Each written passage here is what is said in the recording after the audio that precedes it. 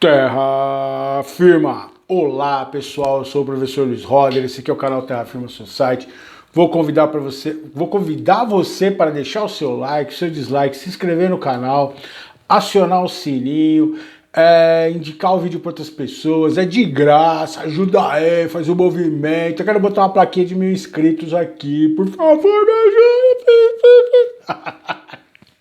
Oh, como a gente vai chegar a 1 milhão de inscritos? 1 bilhão, os chineses vão se inscrever todos aqui. Megalomania! Vai saber. Mas falando sério, hoje eu vim aqui para fazer eu recomendo documentário Netflix, Misha e os Lobos. Saiu essa semana aqui agora. Muito doida a história. Ele vai ser esse documentário, para quem já assistiu aquele filme A Menina e os Lobos, que saiu em 2007, que conta a história de uma menina que ela está fugindo de um campo de concentração. Os pais dela são levados pelos nazistas, né? E ela foge dessa perseguição dos nazistas, vai para uma floresta e ela acaba sendo criada por lobos, assim. Essa história é muito louca, eu assisti esse filme há muito tempo atrás, ele é bem legal, ele é bem interessante, é um filme francês, e ele conta a história real de uma mulher chamada Misha, né? Então o nome do livro chama Misha e os Lobos. E o que vai acontecer?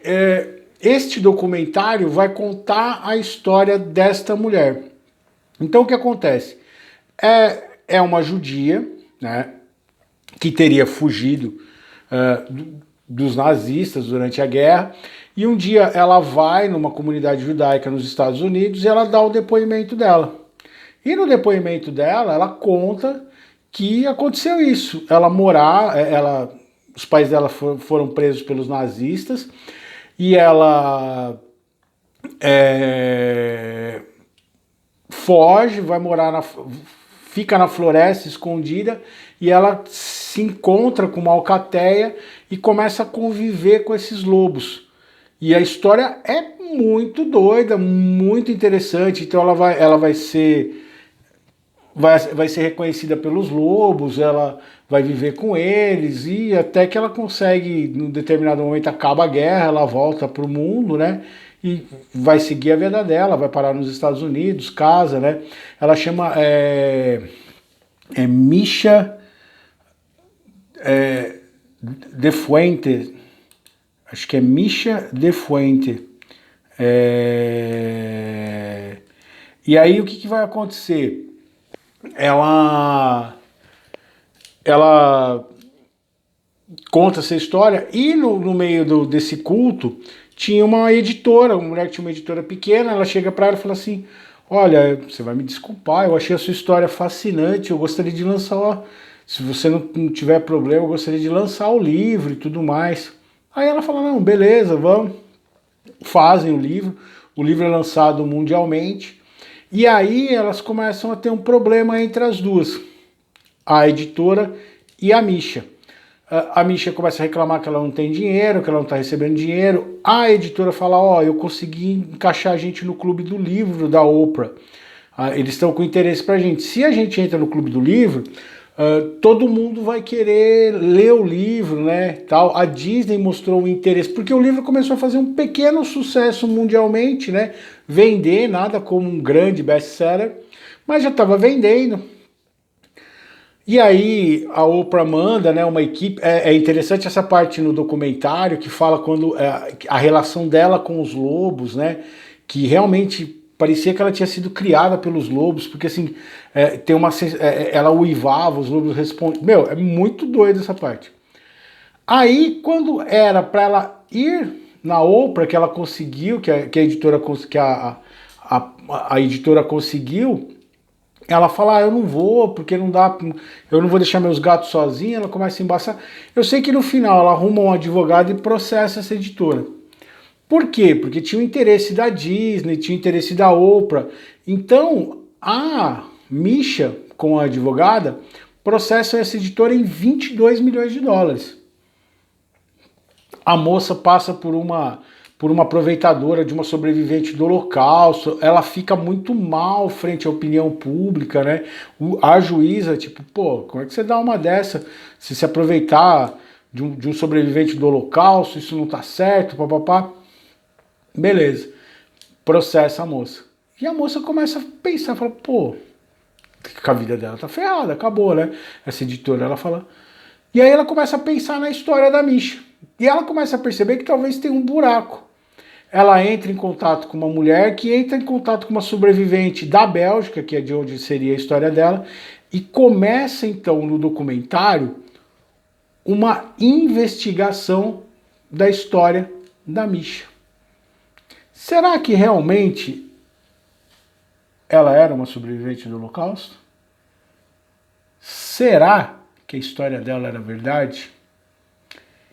E aí começam a ter uma série de desdobramentos muito interessantes, muito legais, que eu não vou contar aqui.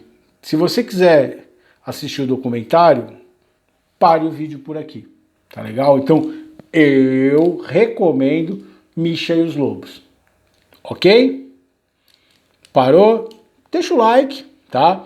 Se inscreve no canal. Acabou o vídeo para você. Para você que já assistiu ou não tem problema com spoiler, atenção que o bagulho vai ficar doido agora. O que acontece? Eles vão descobrir que a Misha nunca existiu. E na tradução do livro francês, o nome dela foi traduzido errado. E aí eles começam a fazer uma investigação e eles vão descobrir a origem da família dela e toda a história que aconteceu com ela de verdade.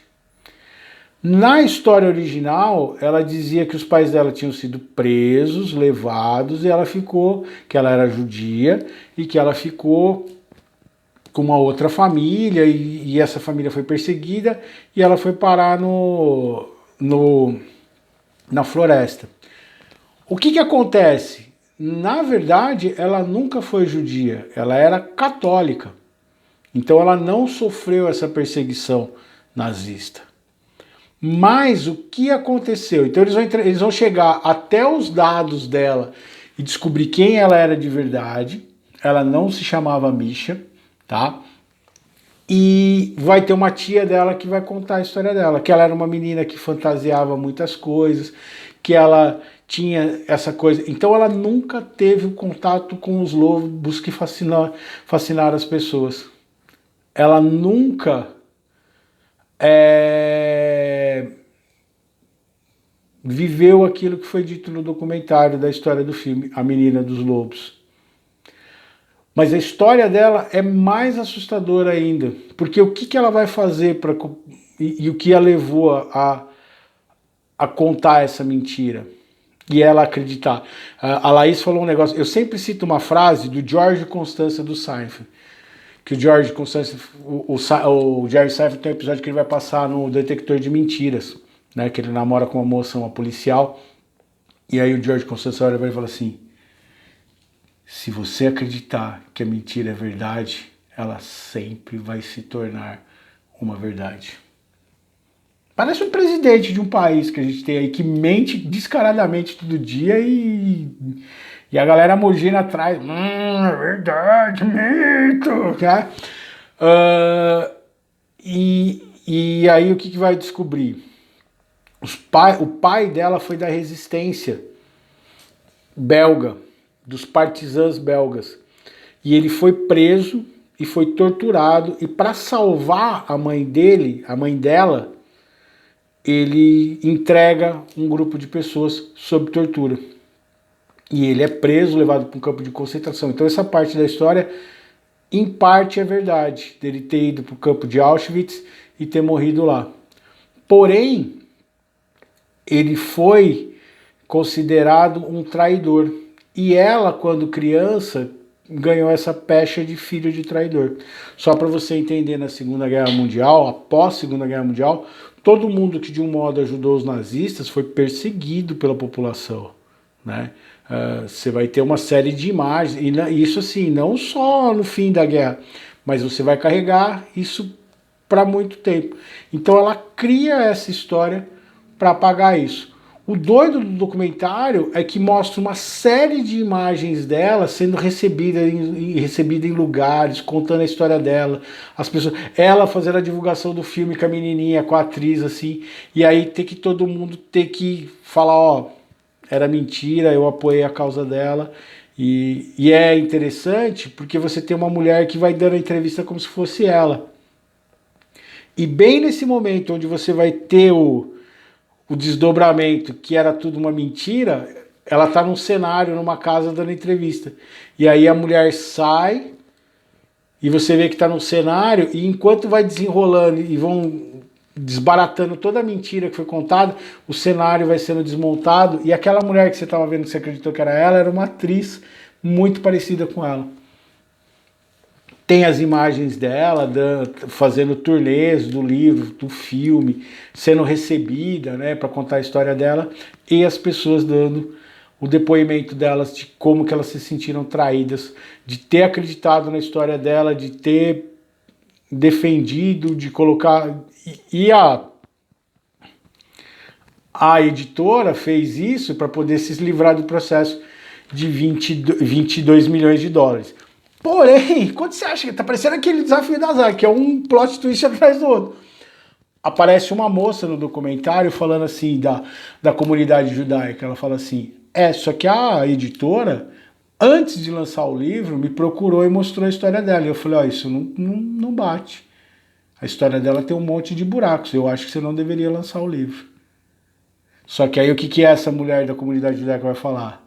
Ela foi muito mais gananciosa, porque ela viu que ela tinha oportunidade de lucrar em cima da moça, da Misha, tá? Então, tem um monte de gente errada nessa história. E aí a mulher fica com aquela cara de... Né? Mas é muito legal e você vai tendo essa surpresa, assim, é um documentário muito interessante que vale a pena assistir e é muito doido quando você chega no final e ter este perfil da Misha, dela acreditar na história que ela criou e continuar contando isso, e foi isso que fez com que ela enganasse tanta gente. Ela contava de uma... Ela tem uma parte, por exemplo, na história dela, que ela mata um soldado alemão, né? Então tem ela no programa contando isso, e as pessoas super consternadas, assim, dela ter vivido tudo isso.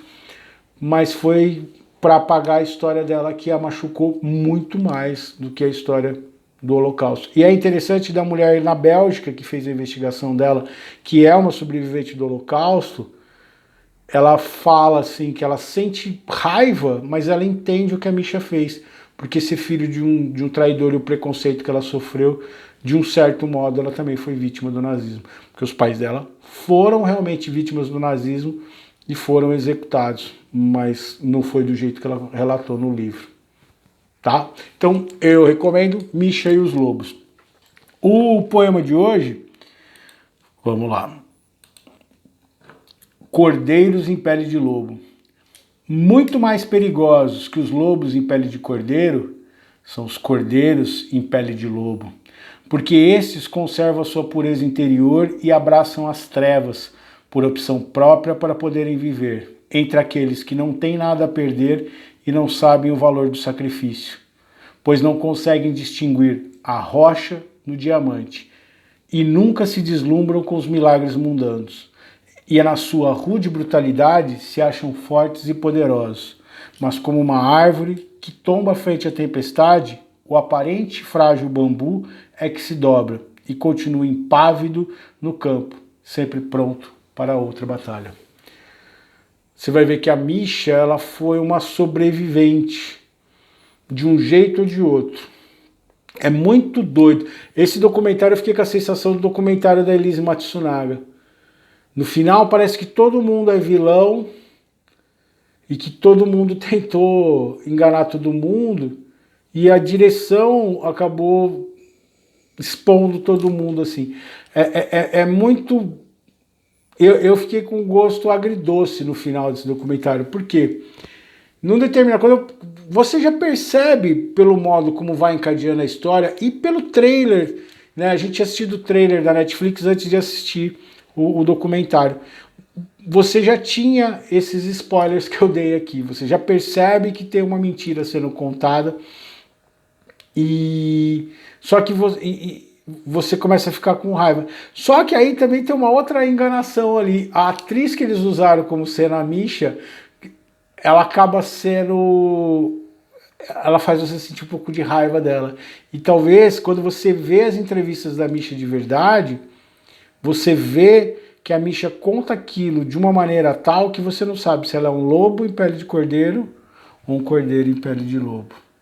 Como todas as pessoas que estão envolvidas, que tentaram se dar bem em cima das outras nesse documentário. Há outras que vão ter as suas intenções, mas é muito doido. Diz aí, você conhecia esse documentário, assistiu o filme, sabia dessa história? Você assistiu? Você gostou? Não gostou? Eu deixei de dar alguma informação? Informa aí, fala nos comentários, deixa o like, dislike, se inscreve no canal, passa o vídeo pra frente e a gente se vê em outro vídeo de Terra Firma Society.